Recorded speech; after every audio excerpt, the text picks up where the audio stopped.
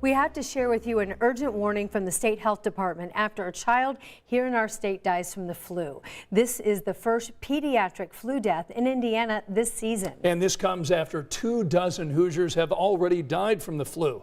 This is also forcing community health networks to bring back masks. So starting today, a mask mandate is in place for all of its hospitals. So this means all caregivers, patients, and visitors will have to wear a mask. Our Lauren Kostick joins us live in studio tonight. She's been looking at the flu numbers, and boy, oh boy, we were talking about this. They're startling. They are. This is a map from the state health department, and right now we are this brown line, and you can just see there how much the cases have gone up compared to the previous 4 years here, and that is why doctors are really concerned, because these are influenza-like illnesses, and so doctors are sharing their message today, and they're saying this virus is becoming more and more deadly.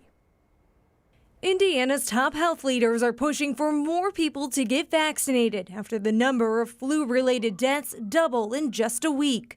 Right now, 25 Hoosiers have died from the virus, including a child last week. It's always sad to see anybody die of influenza. Even one single pediatric case is sad enough.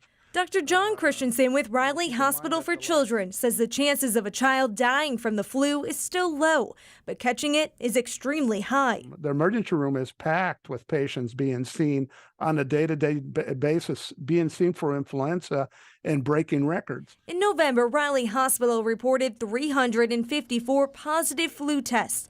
This month, the hospital has already seen 239. The pediatric age population is driving this epidemic right now of influenza. And hospitals are filling up fast. As of this week, the CDC says people admitted for the flu is at the highest rate in more than a decade. It's been really busy. It's taken off the last couple of weeks. It's just really exponential. At Peyton Manning Children's Hospital, Dr. Belcher says they aren't seeing pandemic levels, but are still feeling the strain. We're not quite to the Omicron levels of things, but we've been used to dealing with these respiratory surges. I'm not going to say it's easy, but we're much more prepared than we used to be. With the holidays less than 2 weeks away, doctors say now is the time to get vaccinated.